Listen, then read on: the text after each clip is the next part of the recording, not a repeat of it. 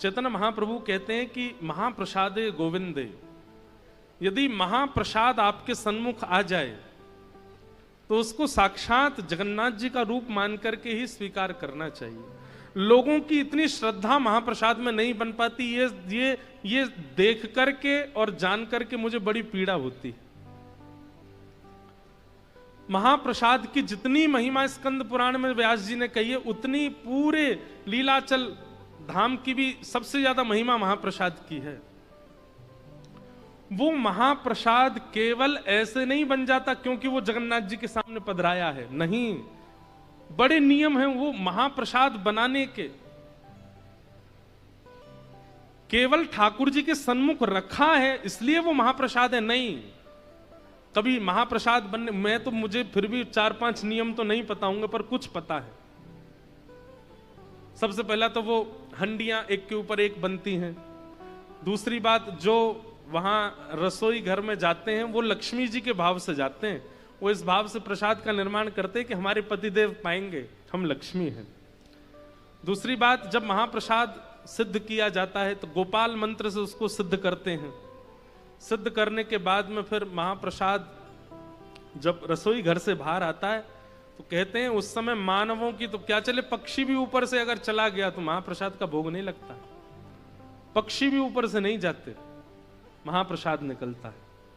फिर 12 भागवतों को भोग लगता है, देवी देवताओं को। और फिर वहां एक विमला देवी है, जगन्नाथपुरी में एक सिद्धपीठ भी है, जो देवी माताओं के पूरे भारत में स्थान है, उनमें एक सिद्ध स्थान जगन्नाथ मंदिर के अंदर है, विमला देवी। वो महाप्रसाद का भोग उनको भी लगता है। उसके बाद फिर वो बाजार में जाता है, सबको मिलता है। इतनी प्रक्रियाओं से वो महाप्रसाद कहलाता है, तब वो कल्याण करता है जीव का। विमला देवी कौन है? पार्वती जी।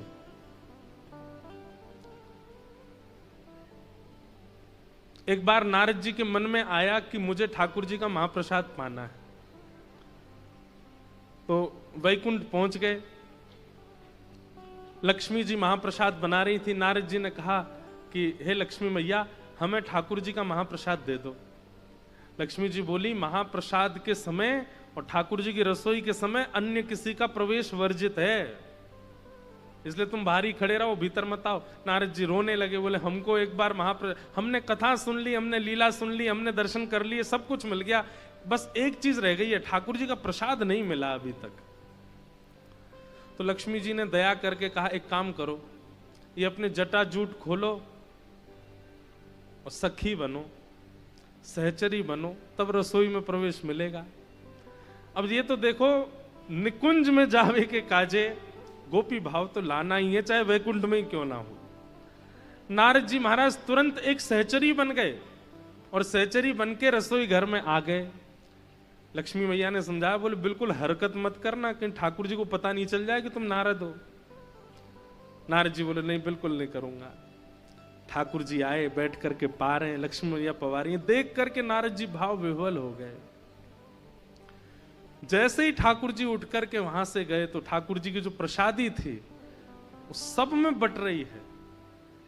नारद जी वर्णन कर रहे हैं कि वो प्रसाद पहले चावल थे, पहले अन्न, पहले दाल थी, पहले अन्य अन्य सामग्री थी, लेकिन ठाकुर जी पाने के बाद जब उस थाल का दर्शन किया तो लगा जितने कण हैं उतने गोविंद विचरण कर रहे हैं, उतने श्री कृष्ण हैं।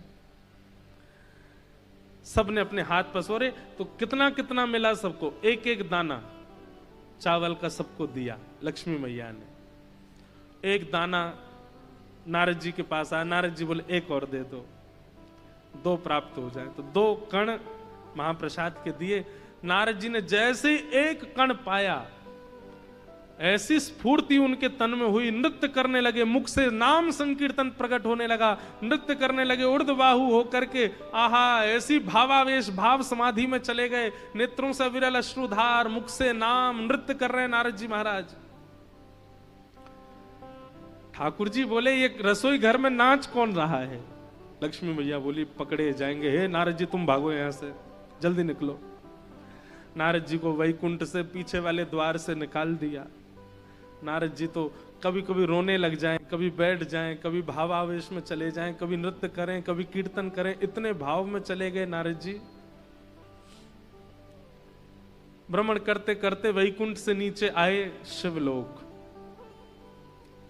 शंकर जी ने जब नारद जी को देखा तो बहुत बार देखा था, लेकिन आज जैसा दर्शन नारद, प्रेमी व्यक्ति के रोम रोम से पता नहीं एक अलग ही आभा प्रकट होती है। भाई श्रृंगार करने के बाद आप आकर्षक दिख सकते हो। एक बात बहुत ध्यान से सुनिएगा, श्रृंगार किया हुआ व्यक्ति चित्त को अन्य दूषित भाव से आकर्षित कर सकता है, लेकिन कृष्ण भक्ति में निमग्न व्यक्ति के मुख का तेज वो तो काम को नष्ट करते हुए आकर्षित करता है। वो ऐसा आकर्षण होता है। हमारी किशोरी जी का रूप कैसा है, हमारी राधा रानी का रूप कैसा है। वे इतनी सुंदर हैं, इतनी सुंदर हैं, इतनी सुंदर हैं कि उनकी सुंदरता देख करके स्वयं काम भी मूर्छित हो जाता है। अरे काम तो देखता ही नहीं है, काम की तो सामर्थ्य ही नहीं है। हमारे ठाकुर जी मूर्छित हो जाते हैं किशोरी जी के रूप माधुरी को। तो संसार का सौंदर्य कैसा, वो चित्त में संसारी भावनाओं को प्रकट करता है, पर भजन के सुंदरता जिनके चित्त में होती है वो संसारी भावों को नष्ट करके फिर भी आकर्षित करते हैं अपनी ओर। हमारे ब्रज के संत हैं, हमारे ब्रज के ऋषि हैं, हमारे ब्रज के महापुरुष, उनका दर्शन करो, ऐसा आकर्षण लगता है बस इनको देखते ही रहें। कभी तटीय स्थान जाओ, वहां के पूज्य महाराज जी को देखो, पतले दुबले से महाराज जी हैं, गुदरी पहनते हैं, सामान्य से वस्त्र हैं, पूरे मुख पे चंदन लगाते हैं, लेकिन उनका रूप देख करके ऐसा लगता है कि बस देखते ही रहें, इतना सौंदर्य। क्यों? क्योंकि चित्त में कहीं ना कहीं ठाकुर जी हैं। आज नारद जी का रूप ऐसा ही दिख रहा था। शंकर जी मानो देख करके मन में भाव आ रहा था कि मैं पलक ही ना झपकूं, इतने प्यारे लग रहे हैं नारद जी। शंकर जी जाकर बोले, नारद जी आपकी खूबसूरती का राज क्या है आज? नारद जी बोले, क्यों? बोले और दिन भी आप सुंदर तो लगते हो, पर आज कुछ ज्यादा ही आपके नेत्रों में हल्की हल्की लालिमा और नेत्रों से गिरता हुआ ये प्रेमाश्रु और ये मुख से निकलने वाले शब्द आपकी आज कुछ विलग लग रहे हो आप, क्या बात है?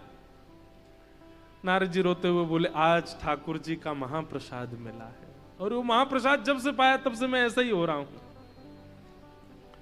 शंकर जी बोले, हमको भी दे दो। तो नारद जी को 2 कण मिले थे, एक तो पा लिया था, एक अभी हाथ में ही था। अब एक का ही इतना आनंद हो गया, दूसरा पा ही नहीं पाए अभी तक। शंकर जी ने कहा, लाओ हमको दो, पवाओ हमको। नारद जी ने तुरंत दिया।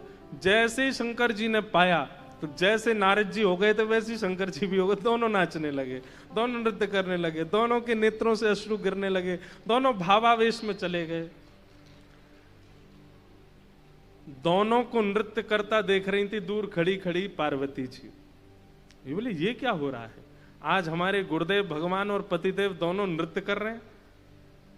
नृत्य करें वो तो ठीक, पर ये प्रेमाश्रु नेत्रों से छलक रहे हैं और मुख से ऐसे मधुर स्वर प्रकट हो रहे हैं, ये क्या हुआ?